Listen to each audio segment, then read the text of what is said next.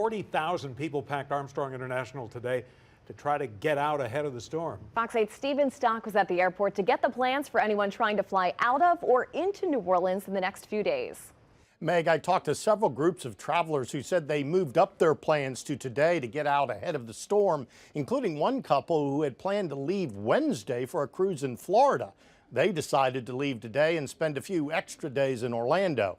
And a lot of people like them caused lines in front of airline ticket counters to be long for most of the day. Southwest and Spirit Airlines earlier in the day both decided to cancel all their flights here for tomorrow, and they say they're watching the weather and could cancel Wednesday as well. Late this afternoon, I found out all airlines appear to be following suit. It is possible that airlines may decide to cancel all their flights tomorrow. And this is going to be an ongoing thing throughout the day. Airlines are still making those decisions.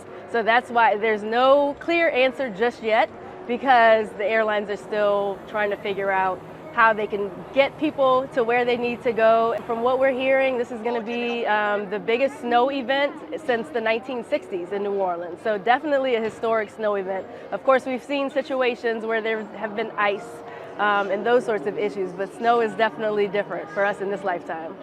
Now, the last two flights are scheduled out at Armstrong International at precisely midnight tonight. Flights scheduled for tomorrow, 5:30 a.m. But again, I've just been told those have been canceled. However, I was told some airlines may try to squeeze in some later flights depending on how this storm plays out. So pay attention. And if you have any questions, call your airline. By 7 or 8, everything's going to be shut down there at the airport until as late as perhaps Thursday around noon. That's because although each airline does have de-icing equipment there, the airport itself does not have any snow or ice removal equipment. So what do they have to do? They have to wait on the sun and the weather to melt all the snow. So if you're planning to fly in the next couple of days, you need to check with your airline and pay attention to the weather.